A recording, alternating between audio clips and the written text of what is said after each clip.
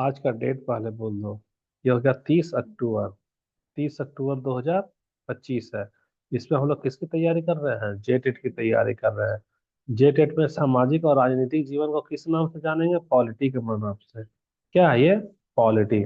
Polity में हमारा सब कुछ कंप्लीट हो गया। 7वां नंबर कंप्लीट, छठा कंप्लीट, 5वां कंप्लीट, चौथा कंप्लीट और तीसरा।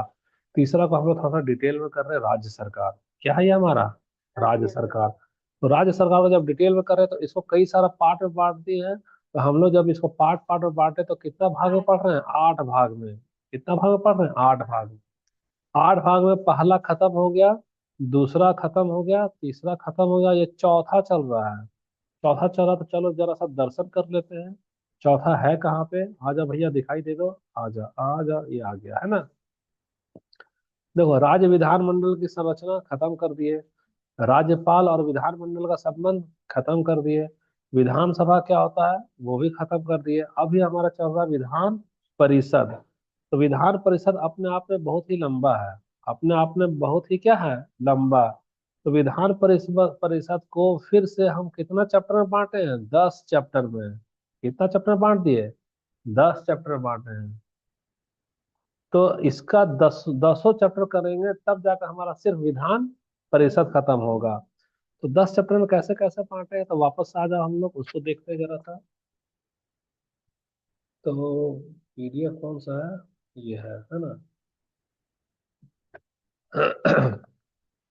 देखो, चौथा नंबर तुमको स्क्रीन पे दिखाई दे रहा है, विधानमंडल, है ना। तो विधानमंडल में ये कौन सा हाँ, विधानमंडल में पार्ट 1 खत्म था, पार्ट 2 वाला यहाँ से शुरू है। तो पार्ट 2 में हमारा क्या है? विधायी प्रक्रिया क्या होता है ये तो बता दिए ना। विधायी प्रक्रिया के बाद में थोड़ा सा एक बार में हल्का सा दिखा रहे, विधायी प्रक्रिया के बाद में धन विधेयक तो पढ़ा दिया। अच्छा, अगला हमको धन विधेयक तो हो गया है। क्यों जरूरी? ये भी कर दिए, ये भी कर दिए। ये सारा हो गया ना भाई। अब हमको क्या देखना? वित्त विधेयक। ये नहीं देखना, पेज नंबर 13 था ना प्रियंका। वित्तीय विधेयक को देखना कि वित्तीय विधेयक होता क्या है। रिकॉर्डिंग हो रहा कि नहीं? हो रहा। तो धन विधेयक को तो जान गए कि वह धन से जुड़ा हुआ है मुद्दा, इसलिए उसको बोला गया धन विधेयक। लेकिन जो मुद्दा धन से नहीं जुड़ा है उसको भी सरकार, राज्यपाल या राष्ट्रपति धन विधेयक घोषित कर सकती है। किस मकसद से? ताकि हम विधान परिषद में जाने से बच जाएं। समझे? उसको भी धन विधेयक घोषित। अब वित्त विधेयक क्या है? तो वित्त विधेयक में भी पैसा वाला ही मामला रहता है, लेकिन कुछ कुछ और भी विषय सम्मिलित होता है, उसको कहेंगे वित्त विधेयक। हम लोग डिटेल में बाद में कभी चर्चा कर लेंगे कि धन, what is the basic difference between financial bill and money bill, यानी कि धन विधेयक और वित्त विधेयक में अंतर क्या है। जानना तो चाहिए उसको। तो सबसे पहले हम लोग समझेंगे वित्त विधेयक होता क्या है, और यह धन विधेयक से किस तरह से अलग है, और इसकी अपनी क्या विशेष श्रेणी है। तो वित्तीय विधेयक वह विधेयक होता है जो भारत की संचित निधि, यानी जो खजाना में पैसा जमा है, या लोक लेखा का मतलब है लोग, यानी तुम लोग आम आदमी हो गई। तुमसे जो जीएसटी लेते हैं ना, वो टैक्स है हमारा। वो टैक्स का धन को हम किसी डैम में बनाएंगे, सड़क में बनाएंगे, तो खर्चा करने के लिए निकालेंगे ना भैया। तो उसका हिसाब सरकार को देना ना होगा। कभी भी सरकार रोड बनाती है तो रोड में एक शिलालेख लिख देगी कि यह सड़क में इतना लगा है, वो लिखना है, जरूरी है। हम कैसे यकीन करें तुम पैसा खा गए हो क्या? इसलिए उसको खर्चा का हिसाब देना है। तो देखो, वो सब चीज चीज होता है ना, वो सारा वित्तीय विधेयक में जाएगा। किस चीज में जाएगा? वित्तीय विधेयक में। तो ये सब वित्तीय विधेयक में है। हालांकि ये सब मामला धन विधेयक में भी आता है, लेकिन संविधान में वित्तीय विधेयक मेनता कितने तरह का होता है? 2 प्रकार का होता है। तो कौन कौन सा होगा? पहला है हमारा वित्तीय विधेयक 1, यानी कि फाइनेंशियल बिल 1। ये इसको व्याख्या कौन कर रहा है? अनुच्छेद 117, 117 का 1 कर रहा है ना। तो यह वह विधेयक होता है जो एक सामान्य विधेयक की तरह होता है। तो सामान्य विधेयक में प्रथम वाचन, द्वितीय वाचन याद आ रहा है कुछ कुछ, है ना, उस तरह से। तो सामान्य विधेयक यानी कोई भी इसको प्रस्तुत कर सकता है, इसमें राज्यपाल की पूर्व अनुमति की जरूरत नहीं है। लेकिन धन विधेयक में राज्यपाल या राष्ट्रपति की पूर्व अनुमति की, सॉरी, राज्यपाल की पूर्व अनुमति की जरूरी है। लेकिन इसमें धन विधेयक जैसे कुछ प्रावधान है। देखो, तो यह मन कैसा है, जैसे धन विधेयक में टैक्स लगाना होता है ना, तो वित्तीय विधेयक में भी टैक्स लगा सकते हैं। धन विधेयक में पैसा खर्च करेगी ना विधेयक ला करके डैम बनाने के लिए, तो विधि विधेयक ला करके भी तो पैसा खर्च कर सकती है। तो क्या क्या इसका पहले विशेषता और क्या क्या प्रक्रिया है, तो सबसे पहले हम लोग देखते हैं विषय वस्तु। तो विषय वस्तु में इसमें एक सामान्य विषय, जैसे मान लो शिक्षा का नीति है, तो शिक्षा सरकार स्कूल खोलेगी तो सैलरी बांटेगी तब ना।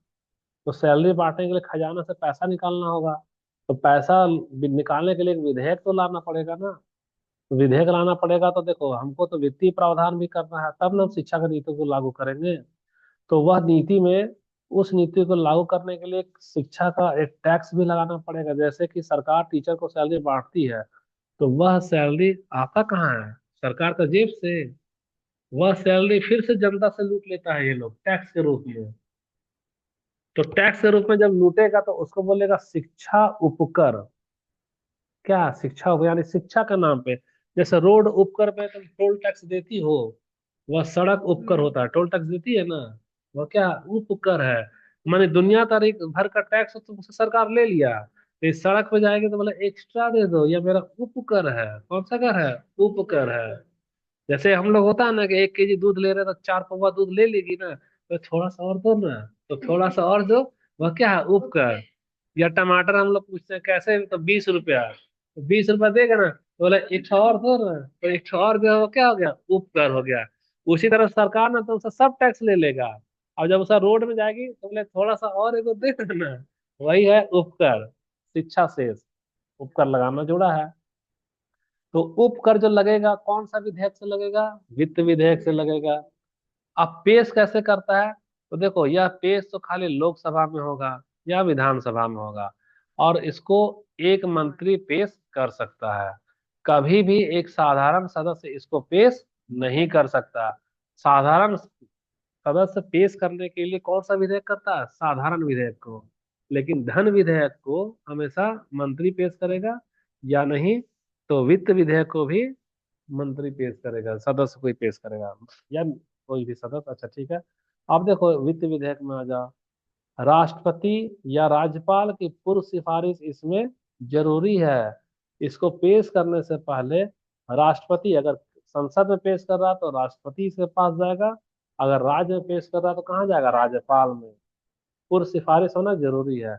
बिना उसके सिफारिश का हम इसको सदन में पेश नहीं कर सकते हैं।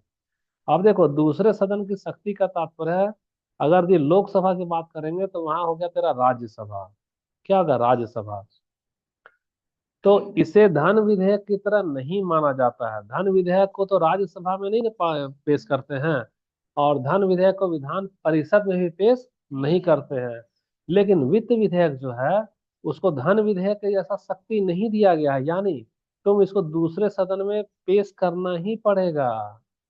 क्या करना पड़ेगा, पेश करना पड़ेगा।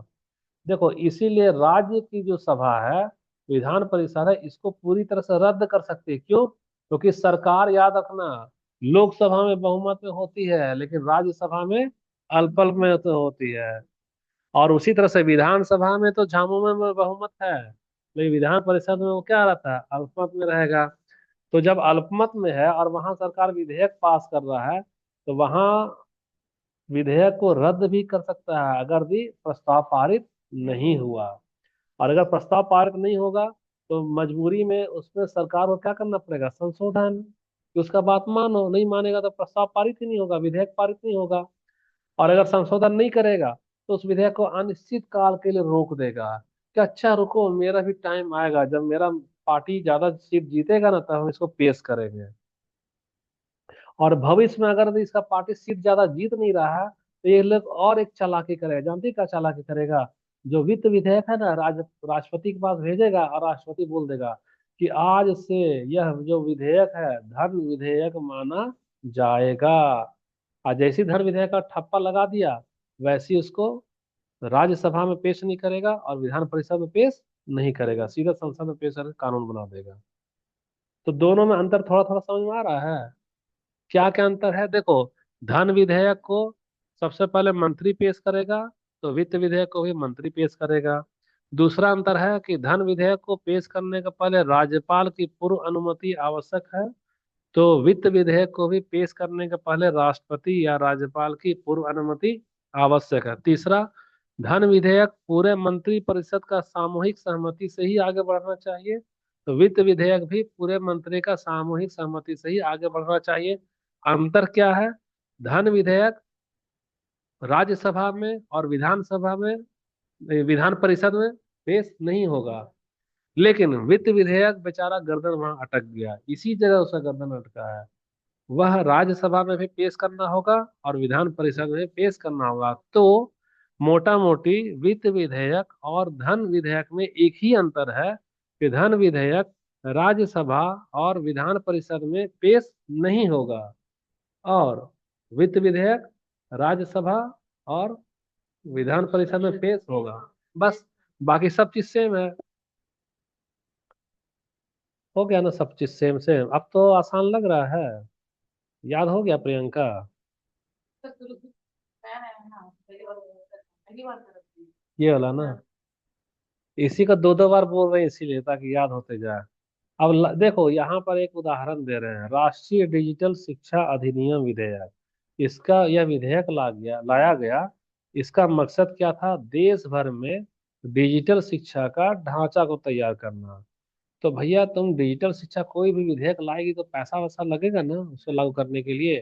तो वित्तीय पहलू को देखेंगे तो इस विधेयक को लाने से इस ढांचे का वित्त पोषण करने के लिए स्मार्टफोन की ऑनलाइन बिक्री जो है उस पर 1% का क्या लगा दिया? उपकर लगा दिया। क्योंकि इसको डिजिटल शिक्षा देना है, तो डिजिटल शिक्षा तो मोबाइल से होगा, लैपटॉप से होगा। तो जो भी ट्रेनर वेनर आएगा उसको तो सरकार क्या देगी? सैलरी ना देगी? तो सैलरी देगी तो भैया सैलरी का पैसा कहाँ से निकालेगा? तो सैलरी का पैसा, अब पब्लिक गई है स्मार्टफोन फोन खरीदने ना, बोला जीएसटी 28% दे रहे हैं ना, 1% और टैक्स दीजिए। बोला ये क्या है? तो ये बोला थोड़ा सा दे दो। तो ये वाला पैसा थोड़ा सा ले रहा हो, कहाँ लगा दे रहा है? अपना डिपार्टमेंट का सैलरी वैल्यू में लगा दे रहा है या ट्रेनिंग ट्रेनिंग में लगा दे रहा है। यानी सोचो, कर के अलावा उपकर भी छुपा हुआ होता है। तो वर्गीकरण में देखेंगे, यह एक वित्त विधेयक वन होगा। वन क्यों होगा इसका? क्योंकि इसका मुख्य उद्देश्य किससे जुड़ा है? पैसा कमाना नहीं है, मुख्य उद्देश्य शिक्षा से जुड़ा है। यानी शिक्षा हमारा कौन सा विषय हो गया? सामान्य। अब समझ में आ रहा ना, यह विशिष्ट विषय में नहीं है, शिक्षा हमारा क्या है? सामान्य विषय। इसलिए यह विधेयक नंबर 1 में आएगा। लेकिन इसमें एक नया कर लगाने का प्रावधान है, इसी वजह से यह कौन सा विषय लेगा? वित्तीय विषय। और वित्त विषय के कारण यह हो जाएगा हमारा वित्त विधेयक। कौन सा विधेयक? अब फर्क पता चल रहा है?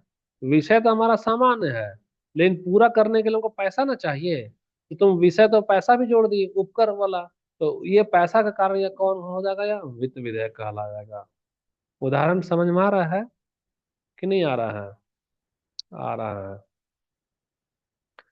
प्रक्रिया में देखो कैसा होता है।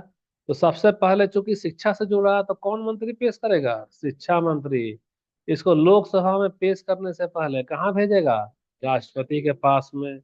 राष्ट्रपति जब अनुमति दे देगा तब इसको लोकसभा में क्या किया जाएगा? पारित किया जाएगा। जब लोकसभा में पारित होगा तब फिर कहाँ जाएगा? राज्यसभा में। राज्यसभा में अगर सरकार हार गई तो रद्द हो जाएगा, या नहीं तो सरकार को डांट डपट करके बोलेगा चल इसमें संशोधन कर। और संशोधन जब करेगा ना तो वापस इसको लोकसभा में भेजेगा, बोलेगा पहले वहां जाके पारित कराओ। जब वहां पर लोकसभा में भेजेगा तो लोकसभा में बोल देगा ए तुम उपकर में ज्यादा लगाया था, चलो इसको घटाओ क्योंकि सारा मलाई तुम खाओगे। सरकार ऐसी करती है, जितना उपकर लगाती है ना, उपकर की आड़ में जो एक्स्ट्रा पैसा कमाता है वो कौन ले लेता है? मंत्री लोग अपना जेब भर लेता है। इसलिए हर एक नेता विधायक बनने के बाद में क्या बनना चाहता है? मंत्री बनना चाहता है। क्योंकि उपकर लगाने का अधिकार एमएलए को नहीं है, उपकर लगाने का अधिकार किसको है? मंत्री को है। तो एमएलए को तो सीधा 5 लाख का सैलरी मिलेगा, लेकिन उपकर जो मंत्री लगा रहा है उसको तो करोड़ों रुपया मिलने लगेगा। तो अब तुम लोग क्या बनना चाहती हो, एमएलए की मंत्री? मंत्री बनना चाहती हो, ठीक है। अब देखो, यदि दोनों सदन सहमत नहीं होते हैं तो डेडलॉक। डेडलॉक का मतलब अनिश्चित के लिए गतिरोध की स्थिति क्या हो सकती है? उत्पन्न हो सकती है। तो तुमको वित्त विधेयक थोड़ा थोड़ा समझ में आ रहा होगा कि नहीं आ रहा है? आ रहा। अब वित्तीय विधेयक, इसको अंग्रेजी में क्या बोलते हैं? Finance bill. वो था हमारा वन, ये हमारा टू। वित्त विधेयक को दो भागों में बांटे हैं ना हम लोग। तो एक तो वन बता दिए, एक हम लोग दो में जा रहे हैं। तो फाइनेंस बिल टू जो है वह अनुच्छेद 117 का तीन व्याख्या करता है। वो था 117 का एक, और ये है 117 का तीन। इसको बोला जाता है अनुपूरक अपव्यय विधेयक। तो अनुपूरक का मतलब होता है सप्लीमेंट्री अप्रोप्रिएशन बिल। तो सप्लीमेंट्री का मतलब क्या होता है, जैसे तुमको हम दे दिए दाल भात और सब्जी, तो सप्लीमेंट्री में थोड़ा चटनी भी हो गया, या थोड़ा सा पापड़ भी हो गया, थोड़ा सा सलाद हो गया, क्या होता है, सप्लीमेंट्री हो गया। उसी तरह से सप्लीमेंट्री अप्रोप्रिएशन बिल इसको कहते हैं। इसका संबंध सीधे तौर पर भारत की संचित निधि से धन निकालने से होता है। डायरेक्ट बोलेगा हम तेरा जो पैसा जमा किए उसी से पैसा लेंगे। जैसे उपकर जो होता है ना, वो तेरा खजाना से पैसा नहीं ले रहा है।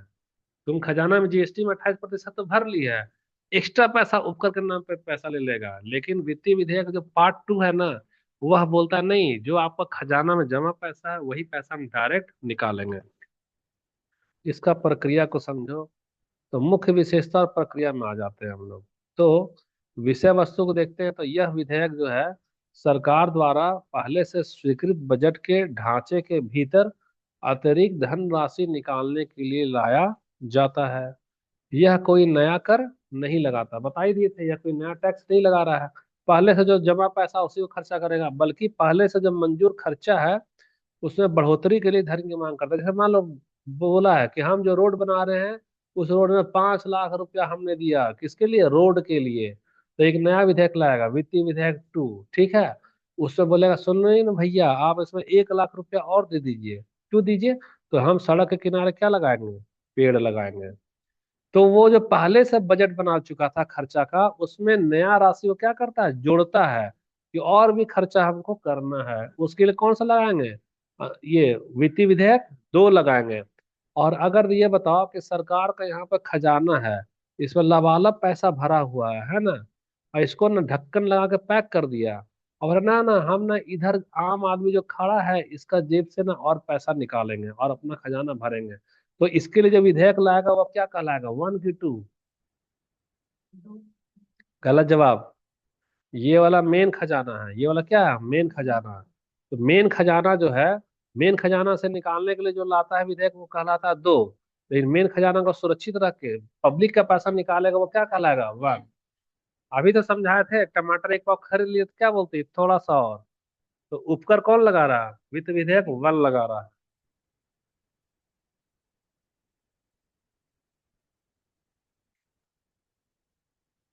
ठीक है, तो यह कोई नया कर नहीं है, बल्कि पहले से मंजूर खर्चे में बढ़ोतरी के लिए धन की मांग करता है। पेश करने का सिस्टम देखो, इसको केवल लोकसभा या विधानसभा में ही एक मंत्री द्वारा पेश किया जा सकता है ना। यह विधान परिषद में पेश नहीं होगा, और यह राज्यसभा में भी पेश नहीं होगा, याद रखना। ठीक है। धन विधेयक की प्रक्रिया कैसे लागू होती है, अनुच्छेद 109 लगाते हैं। अब देखो ना, तुम लोग बाद में गूगल से निकाल लेना, नहीं तो हम एक दिन फ्री में बैठेंगे ना, तो राज्य सरकार से संबंधित जितना ज्यादा अनुच्छेद इसमें चर्चा हो रहा है ना, सब अनुच्छेद एक लिस्ट में बना करके निकाल लेंगे, ताकि 109 क्या कह रहा है, 110 क्या कर रहा है। तो इसमें धन विधेयक के लिए इसकी प्रक्रिया इसमें लागू होती है, यानी राज्य विधान परिषद के पास केवल 14, इसको ज्यादा खिचड़ी बन गया, धीरे से पढ़ेंगे इसको। धन विधेयक की प्रक्रिया देखो, कौन सा अनुच्छेद है इसके लिए, 109 है। यह धन विधेयक के लिए लागू होता है। इसमें राज्यसभा यानी विधान परिषद के पास में खाली 14 दिन तक है अधिकार इसको रोकने का। ये धन विधेयक के बारे में, ये वित्त विधेयक का चर्चा नहीं है, किसका विधेयक है, धन विधेयक का। तो धन विधेयक बोल देखो, ये तो हम लोग ऐसा क्यों लग रहा है कि हम लोग पढ़ चुके हैं धन विधेयक। धन विधेयक, हाँ धन विधेयक में तो राज्य, ये सॉरी, राज्यसभा को 14 दिन का अधिकार होता है कि आप इस पर सहमति दो चाहे नहीं दो, तेरा कोई वैल्यू नहीं रहेगा। यही वाला चीज, ये तो पहले भी पढ़ा था, कल किए थे, दोबारा से आ गया क्या ये। पेज नंबर तुम लोग गलत नहीं ना लिखी है। जैसे लाइव उदाहरण देखो, उपदान अपव्यय अनुपूरक विधेयक लाया था ना 2024 में। तो मान लो कि इसी साल कोविड 19 की एक नई लहर आ गई, तो सरकार को अचानक अस्पताल में क्या चाहिए, एक्स्ट्रा बिस्तर, ऑक्सीजन और वैक्सीन। तो उसको तो अचानक से 10,000 करोड़ रुपया लग गया ना। तो वह जनता से टैक्स थोड़ी लेगा, टैक्स लेते लेते तो आदमी मर जाएगा। तो वो क्या करेगा, अपना खजाना से निकाल देगा। तो खजाना से निकालेगा तो या तो वह धन विधेयक से निकालेगा, या नहीं तो वित्त विधेयक 2 से निकालेगा। आया समझ में? तो यह तो वर्गीकरण देखो, यह कौन सा है? यह एक वित्तीय विधेयक 2 होगा। क्यों? क्योंकि यह संचित निधि जो जमा पूंजी था उससे अनुपूरक धनराशि निकालने क्या कर रहा प्रस्ताव।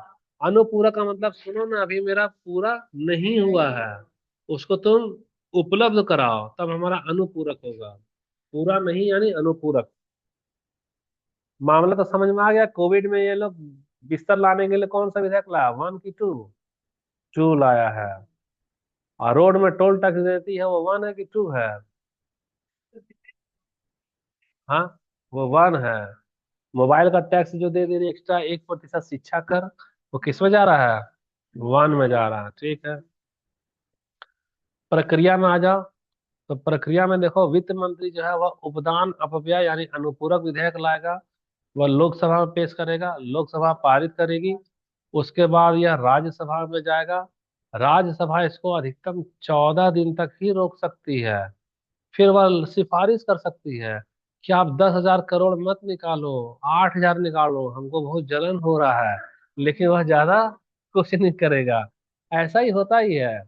लेकिन देखो, सरकार जानबूझ के हर साल पैसा निकालेगी, और विपक्षी को तो मालूम है कि ये सारा पैसा मंत्री का जेब में जाएगा, बेचारा रोएगा मन ही मन। इसीलिए वो लोग विरोध करता है कि नहीं आप गलत कर रहे हैं भैया, तुम भी तो जाओगे तो वही लूटोगे। और आम पब्लिक बेवकूफ बना पड़ा है, मेरा ही पैसा से करोड़ों रुपए एक मंत्री खा रहा है, और हम लोग उसको फिर से वोट देके जिता देते हैं। जैसे दीपक बिरवा हो गया। अब देखो, लेकिन लोकसभा परिषद की, अच्छा अब देखो, लेकिन लोकसभा जो है वह परिषद की सिफारिश मानने के लिए बाध्य नहीं है। मैंने 10 करोड़ से 8 करोड़ का रोना रो रहा है, लेकिन लोकसभा वाला है, रहने दो, तुम खाली रोते रहो, हम 10 करोड़ निकाल लेंगे। वह मूल, अच्छा ये तो, वह मूल राशि को ही बिल में फिर से पारित कर सकती है। 14 दिन के बाद भले ही राज्यसभा कोई कार्रवाई न करे, मान लो राज्यसभा गुस्सा हो गया, नहीं हम कुछ मतदान नहीं करेंगे, तो भी बिल को स्वतः पारित मान लिया जाएगा। तो यह हो गया वित्त विधेयक 2। तो वित्त विधेयक 2 ज्यादा शक्तिशाली हो गया, और वित्त विधेयक 1 का गर्दन अटक जाता है।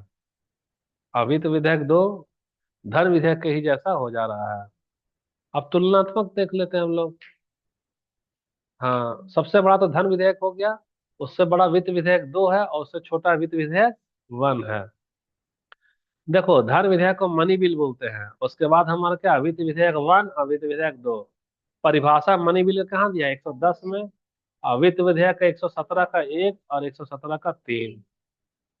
देखो, धन विधेयक में खाली धन और केवल धन और वित्त से जुड़े मामले। लेकिन वित्तीय विधेयक में क्या होगा, सामान्य विषय जैसे शिक्षा है, तो उसमें एक टैक्स लगा रहा है, वित्तीय प्रावधान। और वित्तीय विधेयक 2 में क्या है, संचित निधि निधि से अनुपूरक धन निकालना। ये भी समझ में आ रहा ना ये? अब देखो, पूर्व सिफारिश में धन विधेयक में तो अनिवार्य है राज्यपाल का पूर्व अनुमति।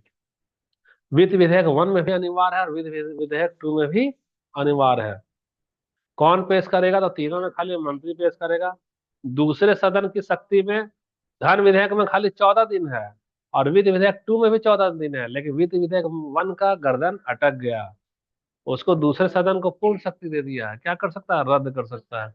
तो ये वाला क्लास में तुमको बहुत अच्छे से याद हो जाना चाहिए, धन विधेयक, वित्त विधेयक 1 और वित्त विधेयक 2। अच्छा ठीक है, ये वाला को पेज नंबर कितना है? ठीक है, तो याद दिलाना, 16 को भेज देना है ना। याद, 16 है ना? अच्छा ठीक है, यहाँ तो हो गया हमारा। निष्कर्ष पे आ जाओ। तो निष्कर्ष हम लोग देख लिए कि वित्तीय विधेयक जो है वह धन विधेयक और सामान्य विधेयक के बीच का एक महत्वपूर्ण सेतु है। वित्त विधेयक 1 जो है उस पर दूसरे सदन की शक्ति बहुत अधिक है, जबकि वित्तीय विधेयक 2 है उसको धन विधेयक की ही विशेष प्रक्रिया से गुजरना पड़ता है, यानी वो भी ज्यादा पावरफुल है। यह संवैधानिक ढांचा विधायी प्रक्रिया में लचीलापन और नियंत्रण दोनों सुनिश्चित करता है। तो पेज नंबर 17 तक ही रहा। खाली आज का क्लास यहीं तक है ना? कल हम लोग क्या करेंगे, तो कल हम लोग देख लेते हैं यहाँ पे क्या करेंगे। आजा भैया, राज्यपाल की स्वीकृति के बाद क्या होगा, है ना? तो पेज नंबर 18 से हम लोग कल करेंगे। तो पेज नंबर 18 कल का होगा। इसको ऐसे करो, यहाँ पे ऐसे करो।